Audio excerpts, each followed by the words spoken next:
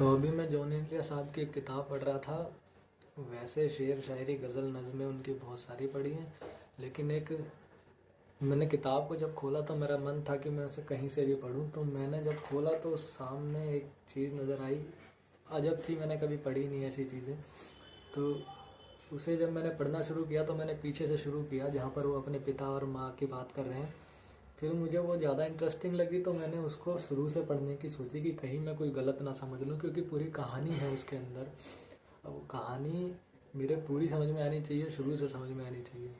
तो उस चीज़ का जो नाम है जो उन्होंने लिखा है, मेरे को नहीं पता उसको क्या कहते हैं, लेकिन उन्होंने यहाँ लिखा है दरख्त ज़र्द। तो जब मैंने ये पढ़ना शुरू की तो इन्होंने सबसे पहले अपने लड़के से बात करना शुरू की। मतलब कि एक खत है ये, आप समझिए कि एक आदमी है जिसने अपने बीवी बच्चे बहुत पहले छोड़ दिए हैं, छूट गए हैं, अलग हो गए हैं उनसे। तो वो उस अपने बच्चे को, जो बच्चे से वो बचपन में ही छोड़कर आए हैं, उन्हें उसे अब वो खत लिख रहे हैं। अब उन्होंने उसका बचपन नहीं देखा है, तो वो बचपन से, उनके छोटेपन से लेकर, जरियू नाम है उनके लड़के का शायद, जो मुझे समझ में आया इस खत के अंदर। करीब करीब 20 पेज का एक खत समझ लो आप उसे, 20 पन्नों का एक खत है, जिसमें उन्होंने बहुत सारी चीज़ें लिखी हैं। जिसमें वो शुरुआत करते हैं कि जरियू तुम अब बड़े हो गए हो, तुम्हारी कोई महबूबा होगी जिससे तुम मिलते होंगे। फिर वो बातें करते हैं कि वो वो लिखते हैं कि तुम मेरा ही खून हो तो मेरे जैसे होगे, क्या पता मुझसे बड़े हो गए होंगे कद में। फिर वो लिखते हैं कि मैं, वो उसमें एक लोरी भी लिखते हैं कि वो अगर वो वहाँ होते तो वो अपने बेटे को लोरी कैसे सुनाते हैं। ठीक है। फिर वो आगे वो लिखते हैं कि वो उसके ब्याह में वो नान बांटते, कैसे सेलिब्रेट करते, वो सब चीज़ें लिखते हैं। फिर वो अपने बेटे को उर्दू लिखना सिखाना चाहते थे, तो वो उर्दू से रिलेटेड चीज़ें भी बताते हैं कि क्या मेरे को, वो कहते हैं कि मेरे को नहीं पता तूने कितनी बार उर्दू गलत लिखी, कितना तुझे उर्दू आती है। वो फिर मोहम्मद और उनके पूरे वंशावली के बारे में भी उसी खत के अंदर समझाते हैं। वो बहुत सारी चीज़ें लिखते हैं उसमें। वो जरियू जो उनके बेटे हैं, उनकी मम्मी के बारे में भी बात करते हैं। तो आपने बहुत एक, अगर आप उनके मुशायरे वगैरह ने सुने हो आपने, तो उसमें वो एक शेर कहीं ना कहीं सुना होगा जिसमें वो लिखा था कि खून थूकते हैं, इससे रिलेटेड कुछ था कि मैं खून थूकता हूँ या फिर वो खून थूकते हैं। तो वो उसके बारे में भी जिक्र किया है, उनकी अम्मी से रिलेटेड। वो पढ़ना, वो क्या खतरनाक चीज़ है। फिर आगे जा कर के उन्होंने ये भी जाहिर किया है कि वो नशे में ये सारी चीज़ें लिख रहे हैं। जो खत है ये, पहला पैग, दूसरा पैग, तीसरा पैग, चौथा पैग। तो जब आगे जाते हैं तो वो अपने बेटे से शुरू करते करते, उसकी माँ के बारे में बात करते करते, फिर अपनी ज़िंदगी के बारे में बात करते करते, फिर वो जो अपना फ़न है उनका, शायरी, शेर व शायरी, गज़ल, वो अपने बेटे को नहीं सिखाना चाहते। वो कहते हैं कि ये, मैं नहीं चाहता कि तुम ये सीखो, ये बहुत, वो कहते हैं कि तुम किताबें पढ़ो, मैं नहीं चाहता कि तुम दीवार पढ़ो। क्या बात है। मतलब कि क्या अकेलापन महसूस होता है शायर को। वो चाहते नहीं कि वो, उनका लड़का शायर बने, और वो अकेलापन, वो दर्द, वो चीज़ें वो महसूस करें। इतनी चीज़, अब अगर आप शायरी लिखते हो तो आपको समझ में आएगी कि वो क्या बात कर रहे हैं, या अगर आप शायरी सुनते हो तो समझ में आएगी। तो फिर उसमें वो कई सारी चीज़ों की बातें करते हैं तो मेरे को बहुत बढ़िया लगी। जैसे वो कह रहे थे कि तो मैं क्या कर रहा था, यानी क्या कुछ सह रहा था मैं, अमा हाँ मेज पर या मेज से बह रहा था मैं। याद, ये तो इंसान नशे में ही लिख सकता है। इतनी बढ़िया बढ़िया बातें, इतना इतना प्यारा खत है, मज़ेदार खत है। 20 पेज का खत अगर कोई आदमी अपने बच्चों के लिए लिख रहा है तो बहुत प्यारा होगा, बहुत ही प्यारा होगा।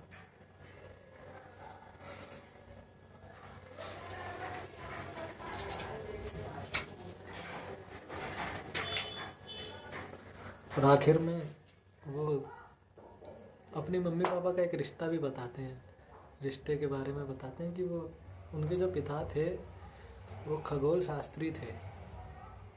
ये चीज़ें हमें पता ही नहीं कभी जॉन एलिया साहब के बारे में कि उनके पिता खगोल शास्त्री थे।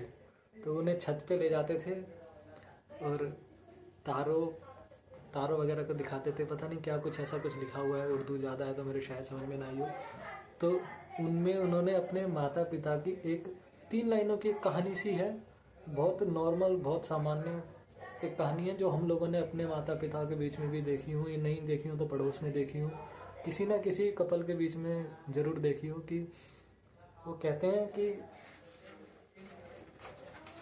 हैं कि मेरी माँ की तमन्नाएं खा गया, ऐसे करके कुछ था। मैं सुनाता हूँ कि रसद का रिश्ता सैयारों से रखता था, निभाता था, उसे ख्वाहिश थी शोहरत की, ना कोई हिर्से दौलत थी, बड़े से कुत्र की एक दूरबीन उसकी ज़रूरत थी। ये आखिरी 3 लाइनें जो कहानी है पूरी की, मेरी माँ की तमन्नाओं का कातिल था वो कल्लामा यानी लिखने वाला। मेरी माँ की तमन्नाओं का कातिल था वो कल्लामा, मेरी माँ मेरी महबूबा क़यामत की हसीना थी, सितम यह है कि कहने से झिझकता था वो फ़यामा यानी कि बड़ा समझने वाला विद्वान आदमी। तो ये कि रिलेशनशिप जो इन्होंने दिखाई आखिरी के 3 पंक्तियों में कि उनकी माँ की तमन्नाओं का कातिल भी थे वो उनके पिता, और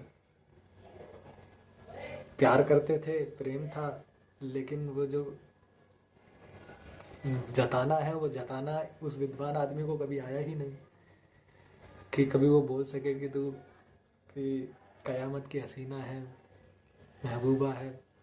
मतलब कि एक खत में क्या होनी चाहिए जीवन।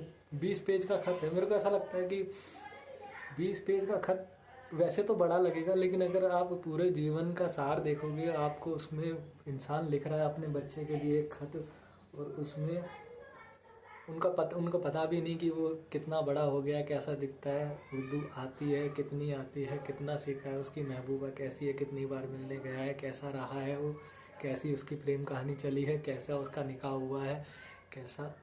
मतलब कि मैं नहीं जानता जॉन एलिया साहब के बारे में इतना कुछ ज़्यादा, लेकिन मैंने जब ये खत पढ़ा 20 पन्नों का, 20 पेजेस का,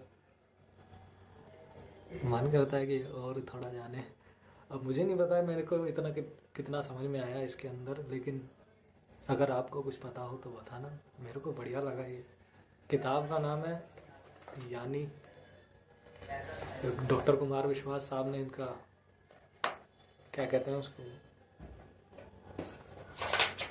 ट्रांसलेशन हिंदी में क्या कहते हैं, संपादक शायद। इनका ट्रांसलेशन डॉक्टर कुमार विश्वास साहब ने किया है, बढ़िया किया है। नीचे लिखा हुआ है, समझ में आती है कुछ चीज़ें।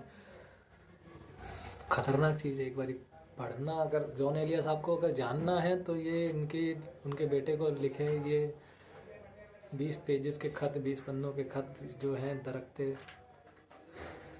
इसको पढ़ना जरूर। और एक चीज़ मुझे यूट्यूब पे जब हम मुशायरा देखते थे तो एक अली जरियों करके शायर थे, तो हमें भी एक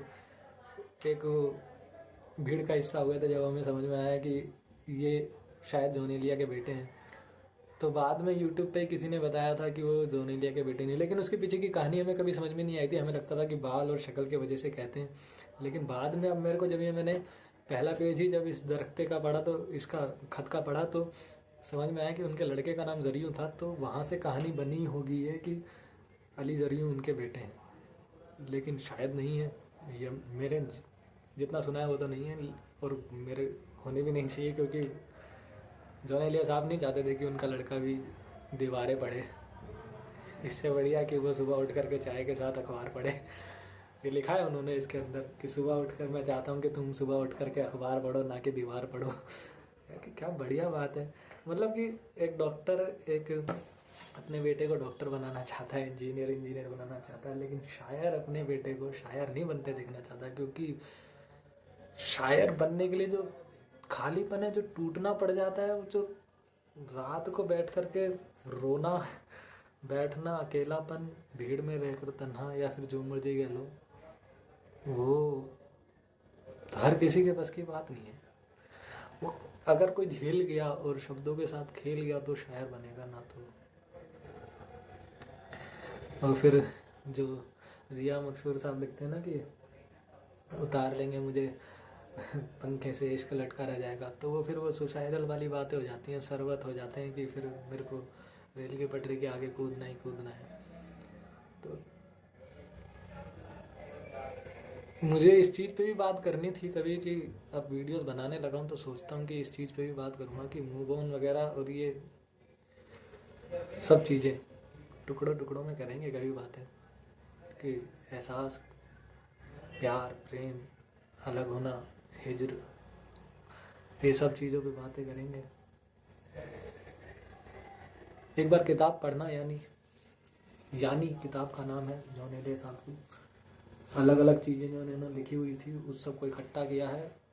शुरू में लिखा भी है कि किस किस ने, क्यों मेरे हिसाब से जितना मैंने शुरू में 1-2 पेज पे लिखा हुआ है कि ये आखिरी किताब थी शायद उनकी, तो कैसे उन्होंने इकट्ठा करवाया इन सब चीज़ों को, वो सब एक बार किताब पढ़ना। और आखिरी के ये जो आपको एंड में जाओगे तो ये जो 20 पेजों का खत है ना, एक बार ज़रूर पढ़ना, बहुत प्यारी किताब है।